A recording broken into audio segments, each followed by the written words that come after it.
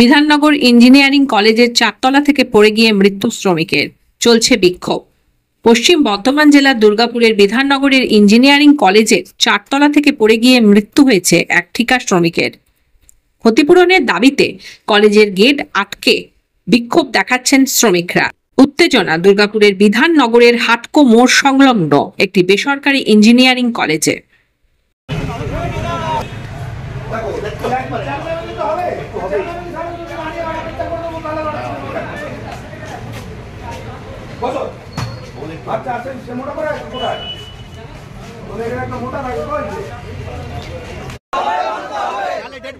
আন্দোলন করছি, করব। রাজ্য সরকারের লাগু মানতে হবে। শুক্রবার দিন উপর থেকে, হ্যাঁ, উপর থেকে চারতলার উপর থেকে পড়ে যাওয়ার ফলে এখান থেকে হসপিটালে নিয়ে যাওয়া হয় বিধাননগর। ওখান থেকে রেফার করার পর আমরা নিয়ে গেছিলাম মা দুর্গায় অন্নপূর্ণায় নিয়ে গেছিলাম। ওখান থেকে ডাক্তার দেখে পড়ে রেফার করলো আবার যে আমাদের এখানে হবে না, আমরা নিয়ে এসে আবার বিধাননগর হসপিটালে ভর্তি করি। কাল উনি 8:30টার সময় মারা যায়। এর ফলে মারা যাওয়ার পরে এখান থেকে কোনো কোম্পানির কোনো লোক যায়নি, এখনো পর্যন্ত কোনো কিচ্ছু করেনি। বলছি শেখ হায়দার কোথায় কাজ করছিল? এই বেঙ্গল কলেজে চারতলার উপরে কাজ করছিল। কবে পড়ে মারা যায়? কবে পড়েছিল? ওটা থেকে ছিল 8 তারিখে শুক্রবার। সেফটি সিকিউরিটি কিছু থাকে না? এসব কিছু নেই, কিচ্ছু নেই এখানে, কিছু দেয়নি। সেফটি থাকলে তো কিছু হতো না, সেফটি নেই এখানে। কি চাইছেন আপনারা? আমরা চাইছি যে সুস্থ ব্যবস্থা, এটা সুস্থ মানে চাই, হ্যাঁ, এটা কাজের দাবি।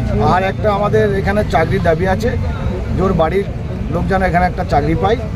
আর আমাদের কিছু টাকার আছে, পরিবার খুব নিম্ন পরিবার, কেউ নেই, আর ও একাই, পরিবারের একাই, ওর রোজগার একাই, হ্যাঁ একাই রোজগার। ওর পেছনে 4 জন আছে, 4 জন মানে ওর ইনকামে খেত।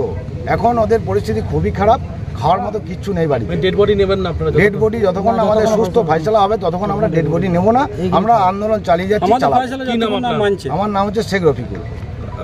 8-10 দিন আগে একটা ছেলে কলেজের চারতলার উপর থেকে স্যাটারিংয়ে কাজ করতে গিয়ে পড়ে যায়। তার নাম হলো শেখ হায়দার আলী, কাকড়া গ্রামে কাকসা ব্লকে থাকে। সেই ছেলেটা আজকে গত রাত্রে মারা যায়। মারা যাওয়ার পরে আমরা যখন কলেজ পক্ষের সাথে বসছি, কোনো রকমে ওরা সাড়া দিচ্ছে না, কোনো রকম আমাদের সাথে কম্প্রোমাইজ করছেন না। কন্ট্রাক্টরকে ডাকা হচ্ছে সকাল থেকে, কন্ট্রাক্টর মোবাইল সুইচ অফ করে রেখে দিয়েছে, কোনো রকমে কন্ট্রাক্টরের সাথে যোগাযোগ করতে পারছি না। এখন আমাদের দাবি হলো রাজ্য সরকারের এটা মানে লাগু করেছে ওয়েস্ট বেঙ্গল গভর্নমেন্ট। কেউ যদি কোনো রকম দুর্ঘটনায় মারা যায়, 13 লাখ, কোনো শ্রমিক যদি মারা যায় তো 13,50,000 টাকা তার ফ্যামিলিকে দেওয়া হবে। সেই ছেলের বয়স হলো 25 বছর বয়স, এখন বেশি বয়সও হয়নি। আমাদের একটাই ডিমান্ড, ফ্যামিলি সুরক্ষার জন্য একটা কাজের দাবি, একটাই আমাদের ডিমান্ড, ওর যে রাজ্য সরকার লাগু করেছে 13,50,000 টাকা তাকে দিতে হবে, প্লাস ওর ফ্যামিলির একজনকে চাকরি দিতে হবে কলেজে। এই কন্ট্রাক্টর এখন আমাদের সাথে দেয়নি, কেউ আসেনি। কন্ট্রাক্টর সাথে কথা হয়েছে, 2 ঘন্টা টাইম চেয়েছে কন্ট্রাক্টর, 2 ঘন্টার মধ্যে বললো এখানে আসবে।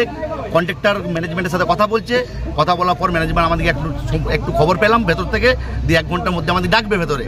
যদি ওরা না মানে আমরা ডেড বডি এনে এখানে আন্দোলন করবো, যতক্ষণ না ডিমান্ড পূরণ হবে, যতক্ষণ না যে মারা গেছেন হায়দার আলী তার ফ্যামিলি যতক্ষণ না কিছু পাচ্ছে, ততক্ষণ আমরা এখান থেকে বডি সরাবো না। আর যা হবে আজকেই ফয়সালা হবে, এরকম নয় বলে দিলাম 5 দিন পরে চেক নিয়ে যাবে, এরকম কোনো গল্প নেই। আজকে ম্যানেজমেন্টকে আসতে হবে। রবিবারে যদি কি আছে, সব ভেতরেই আছে, কিন্তু ওরা বলছে কেউ নেই, গেটের থেকে বলছে। আমরা এই কোনো কথা হতে শুনতে চাই না। আজকে এখানে ফয়সালা হবে, তারপরে এখানে ডেড বডি সরবে। কলেজ বন্ধ থাকবে। আমার নাম শেখ জাহিদ, দুর্গাপুর মাইনরিটি সোশ্যাল ওয়ার্কার্সের প্রেসিডেন্ট।